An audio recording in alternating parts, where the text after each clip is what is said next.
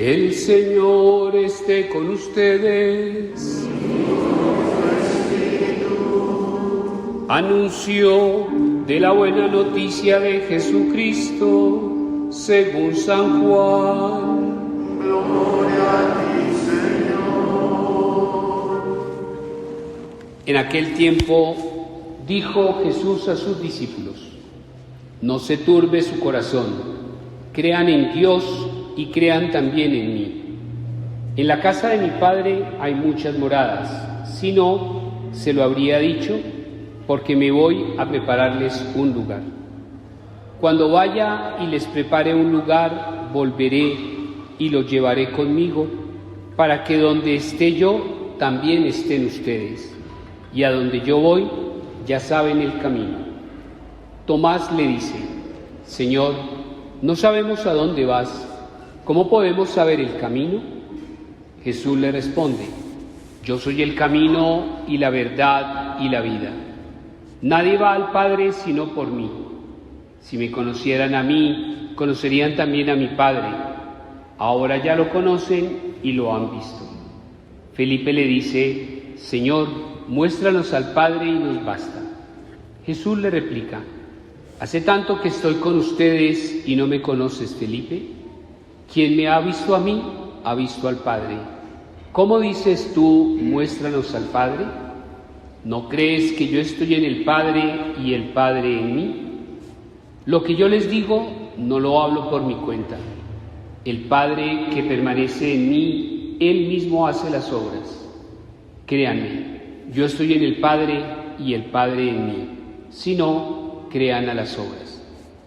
En verdad les digo, el que cree en mí, también Él hará las obras que yo hago y aún mayores, porque yo me voy al Padre. Palabra del Señor. Gloria al Señor Jesús. Se pueden sentar. Miren, una de las formas como hoy en día la sociedad le ha facilitado la vida al ser humano es ofrecerle un instrumento, una herramienta que se llaman los tramitadores, los mediadores o los facilitadores de la vida. Se los explico con ejemplos. Hoy en día, si uno va a hacer una vuelta con alguna empresa pública, es un camello. Ir uno a Avanti y pedirles que le pongan un punto de gas a la entrada del apartamento porque quiere independizar un servicio, es un problema. Le piden a uno hasta la foto del primer propietario de la casa. Lo hemos hecho con el acueducto, que uno quiera cambiar el contador porque el contador de pronto está fallando, un problema.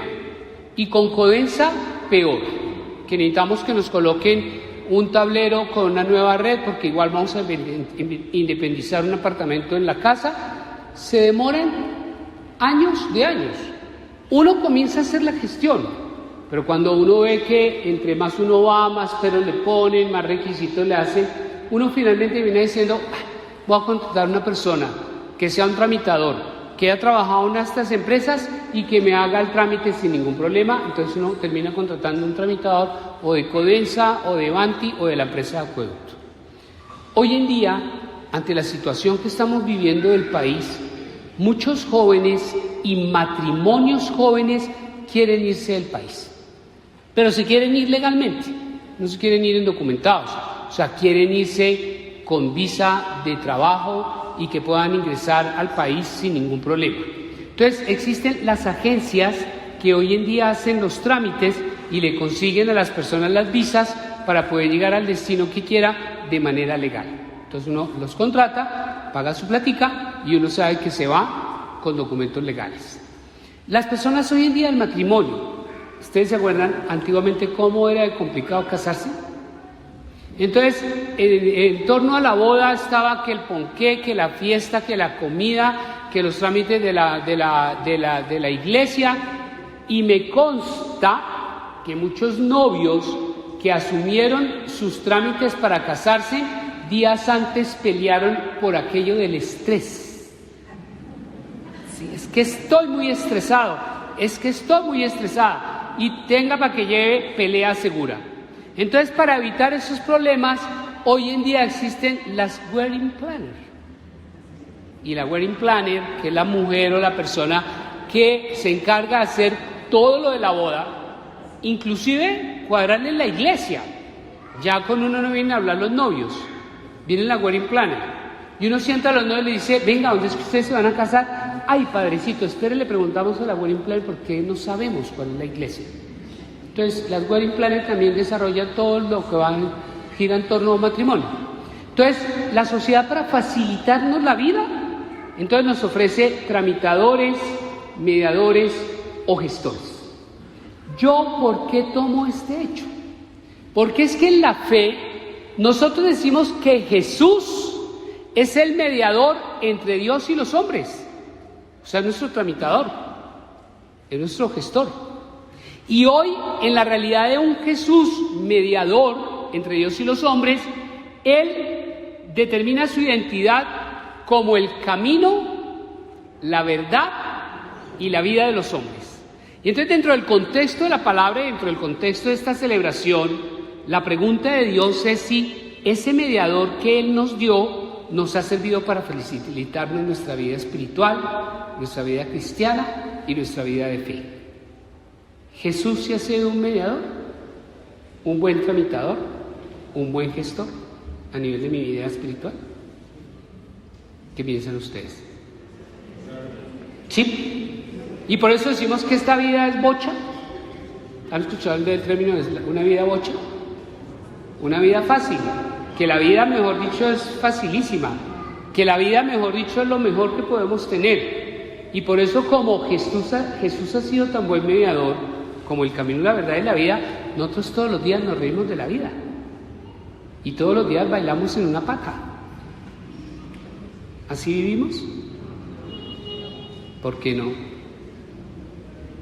Jesús sí ha sido camino, verdad y vida de los hombres. Pues sí lo es, claro. Aquí me dicen, pero es que no lo hemos creído, claro. Y como no lo hemos creído, como no hemos hecho uso de Él, esa herramienta hermosa que Dios nos da para que Él sea nuestro mediador, por eso vivimos como vivimos, amargados, aburridos, con problemas, dando botes, tumba para un lado, tumba para el otro, abra un hueco, tape otro, y definitivamente uno se pone a mirar y dice, definitivamente esta vida es muy dura, y lo que dura, porque no hemos descubierto a Jesús como el camino, la verdad y la vida, como el mediador que Dios nos da para que nuestra vida sea más afable. Entonces, en el contexto de la lectura les voy a explicar qué es lo que Dios quiere de nosotros, o cómo quiere Dios que hagamos uso de esta herramienta. Perdón, uso esta frase hablando de Jesús como herramienta, como mediador, como instrumento. 1. ¿Por qué Jesús es camino? Porque no es que Jesús nos lleva a la presencia del Padre. Y cuando Jesús nos lleva a la presencia del Padre, es para que nosotros, conversando de tú a tú con Dios, sepamos qué decisiones debemos tomar en la vida, sepamos qué rumbo debemos tomar. ¿Ustedes se acuerdan del Evangelio del domingo pasado, cuando Jesús se identificaba como el buen pastor? Y decía, las buenas ovejas escuchan mi voz y me siguen. ¿Y Jesús a dónde nos lleva? A la presencia del Padre. Y lo decía aquí en el Evangelio, cuando dice, me voy a prepararles un lugar. Cuando vaya y les prepare un lugar, volveré y los llevaré conmigo, pues a la presencia del Padre, para que donde yo esté, también ustedes estén. Porque dice, a donde yo voy, ya saben el camino. Entonces, Jesús se identifica como el camino, porque es que el que se deja guiar por Él, porque es que el que lo escucha, porque es que el que es buena oveja, pues llega derecho al cielo a hablar con Dios. Y llegamos a la presencia de Dios, es para que en el diálogo de tú a tú, pues sepamos si lo que vamos a hacer es lo que debemos hacer, si los proyectos que vamos a emprender son los proyectos que vamos a emprender o no. Y se los voy a contextualizar desde la palabra y más adelante se los pongo por la tierra. ¿Cuál fue el dilema y cuál fue la preocupación de los discípulos en la primera lectura? ¿Estaban haciendo lo que tenían que hacer? Estaban dedicados más a la plata, a la administración, a los bienes, a la atención de las viudas, trabajaban de sol a sol y se habían olvidado de Dios. Se habían olvidado de lo importante que debería ser la palabra y el servicio de la palabra, como lo dice aquí el Evangelio. Entonces por eso nombran unos que se dediquen a la administración y otros que se dediquen a la oración y al servicio de la palabra. Y cuando hablo de que Jesús no es camino, es que nosotros nos dedicamos más a la administración de lo material, pero no nos dedicamos más al fortalecimiento de lo espiritual. Y hablo de ello cuando les decía que si Jesús es camino, por cuando yo voy a hacer algo, una decisión, un proyecto, un viaje, una compra, un negocio, yo le consulto a Dios si eso es lo que Él quiere para mí. ¿Saben cuál fue el éxito de la vida y la misión de Jesús? Que Él no movió un dedo sin consultarle a Dios. Y la tarea y la misión de Jesús era cumplir la voluntad del Padre. ¿Se acuerdan cuando Jesús tenía pereza de morir en la cruz? Que se fue al Monte de los Olivos y le dijo a Diosito, Diosito, que se haga tu voluntad, pero no la mía. Y cuando uno mira los evangelios, todo lo que Jesús hizo en su vida pública, curaciones, multiplicaciones, llamado, vocaciones, el evangelio dice, Jesús estaba en oración. Y después de que Jesús oró, 2 puntos, multiplicó los panes, 2 puntos, sanó, 2 puntos, llamó, 2 puntos, proclamó, porque Jesús no movió un dedo sin consultarle a Dios. Y cuando Él nos dice que es camino, Él nos quiere llevar al Padre para que, siguiendo su ejemplo, no movamos un dedo sin consultarle a Dios. Lo hemos hecho. Y entonces, cuando les digo que les voy a poner por la tierra, la dinámica del creyente que reconoce a Jesús como camino y pues va a la presencia de Dios, ora para actuar. Le pregunta a Dios si lo que va a emprender es lo que Él tiene en la voluntad. Y no lo que nos pasa muchas veces, que nosotros como no le consultamos a Dios, actuamos, nos equivocamos, cometemos errores y cuando tenemos el agua hasta el cuello, salimos corriendo a orar. Help, Dios, ayúdame, Dios, sácame de este embrollo, Dios, dame una mano, Dios, mándame un salvavidas. Y cuando Jesús nos dice que quiere ser camino, es que Él nos quiere conducir a la presencia del Padre para que entendamos que por muy grandecitos que estamos, no podemos hacer lo que queremos, sino lo que Dios nos pide. Y uno con Jesús camino, llegando a la presencia de Dios, debe orar para actuar y no actuar para después, cuando tengamos el agua hasta el cuello, salir corriendo a actuar, a orar. Jesús ha sido camino porque nos ha hecho descubrir la importancia que es siempre hacer lo que Dios quiere para nosotros y no lo que nosotros siempre pensamos para nuestra vida. Primer punto. Segundo, verdad. Él es la verdad. Y cuando hablo de que Él es la verdad, cuando Tomás estaba dudando si era o no era, le dice Jesús a los discípulos, oiga, tanto tiempo que estoy yo con ustedes y ustedes todavía no me conocen. Entonces le dice Jesús, ¿quién me ha visto a mí? Ha visto al Padre. ¿Cómo dicen ustedes que les siga mostrando el Padre? Hombre, ¿no ven que yo estoy en el Padre y el Padre está en mí? Lo que yo les digo no lo hablo por cuenta propia, dice el Evangelio. El Padre que permanece en mí, por lo que es verdad, Él mismo hace las obras. Créanme, yo estoy en el Padre y el Padre en mí. Y si no me creen a mí, pues créanme a las obras. Entonces la pregunta del Señor es, ¿le hemos creído? Hemos creído que Jesús es la revelación máxima y auténtica de la presencia de Dios en nuestra vida, que a través de sus obras nos manifiesta un Dios de amor, un Dios de misericordia, un Dios leal, un Dios fiel, un Dios que nos bendice, un Dios que nos protege, un Dios que nos acompaña. Y por lo que yo descubro en Jesús la presencia de Dios, fortalezco la fe y en lugar de maldecir, bendigo, en lugar de renegar, agradezco. Entonces se los voy a contextualizar en estos términos. ¿Por qué Dios se hace hombre para estar en medio de los hombres? ¿A Dios del Antiguo Testamento el pueblo le creyó? ¿Le obedeció? ¿Lo reconoció?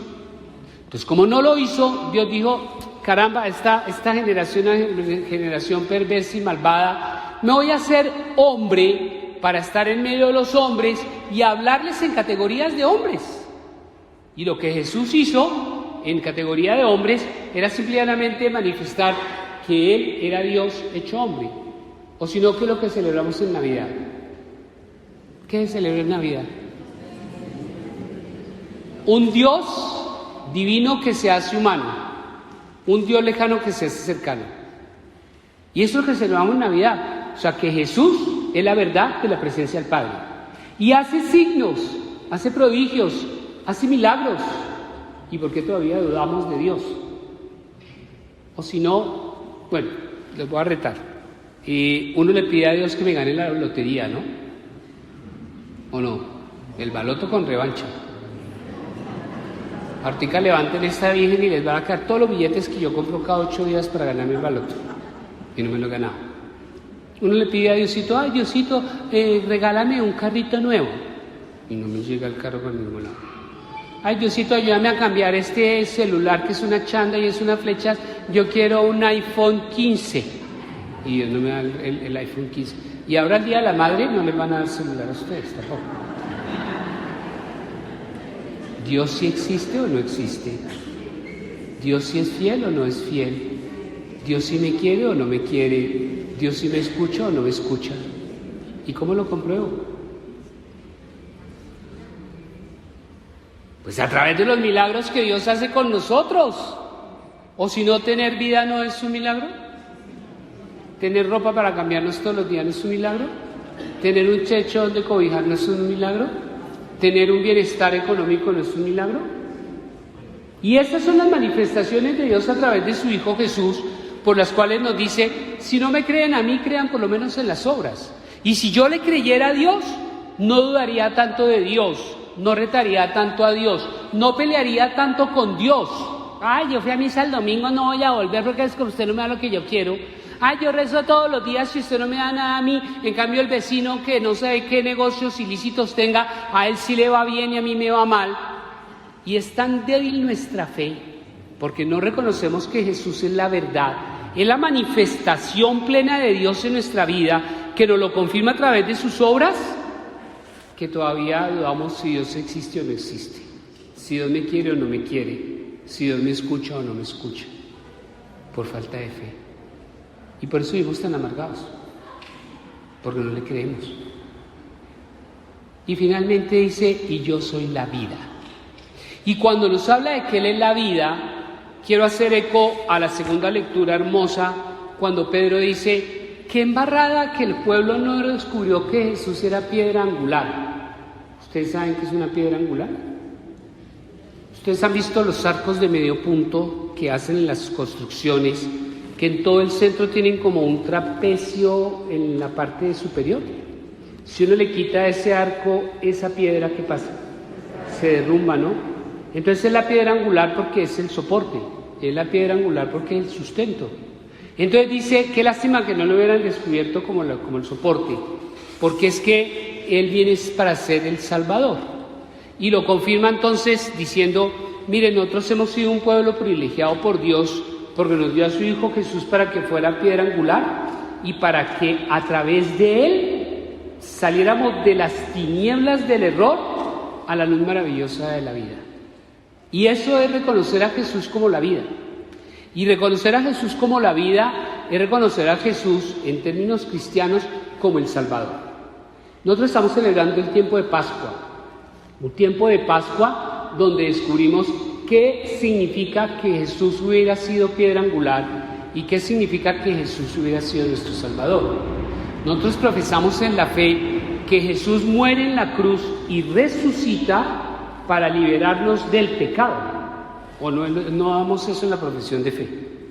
Y cuando hablamos de que Jesús es la vida, nos pregunta Dios si recibiéndolo a Él en el misterio de la salvación nos ha podido liberar del pecado. ¿Sí nos ha podido liberar del pecado? ¿Sí? ¿Ustedes no volvieron a decir mentiras? ¿Ustedes no se volvieron a poner de mal genio? ¿Ustedes no volvieron a hablar mal del prójimo? ¿Ustedes no volvieron a ser duros o violentos verbalmente con la gente? Jesús sí nos ha podido liberar del pecado y nos ha podido dar vida. Entonces, el misterio de la salvación que celebramos donde reconocemos a Jesús como piedra angular, pues hagamos el ejercicio. Él estaba muerto y a través del misterio de la salvación pasa a la vida. Estábamos en oscuridad, nos da la luz. Estábamos en pecado, nos libera. Estábamos condenados, nos salva. Y esa es la vida que Dios nos quiere ofrecer a través de su Hijo Jesús. Y nosotros venimos aquí, nos encontramos con Él, Él nos habla, la gran mayoría lo recibimos en la comunión, la gran mayoría nos confesamos, la gran mayoría nos acercamos a Él reconociéndolo como piedra angular. ¿Y ha podido ser vida para nosotros? Nos ha permitido, haciendo eco a la lectura, pasar de las tinieblas del error a su luz maravillosa. Jesús realmente se ha podido ser el mediador entre Dios y los hombres para ayudarnos a facilitar nuestra vida y para llevarnos a vivir dignamente como hijos de Dios. Eso fue lo que Dios soñó, eso fue lo que Dios quiso para la iglesia. Por eso se hace Padre y nos envía a su Hijo Jesús, para que confiando en Él, recibiéndolo y aceptándolo como el camino, la verdad y la vida, nuestra vida cristiana sea mucho más afable, sea mucho más agradable, sea mucho más santa. Está en nosotros acogerlo o rechazarlo, acudir a Él o alejarnos de Él. Que el Señor nos bendiga, que el Señor nos ilumine y que hoy en este quinto domingo de Pascua entendamos las formas como Dios quiere hacernos agradable nuestra vida, especialmente a nivel espiritual, a través de Jesús, nuestro mediador, que es el camino, la verdad y la vida de los hombres. Amén.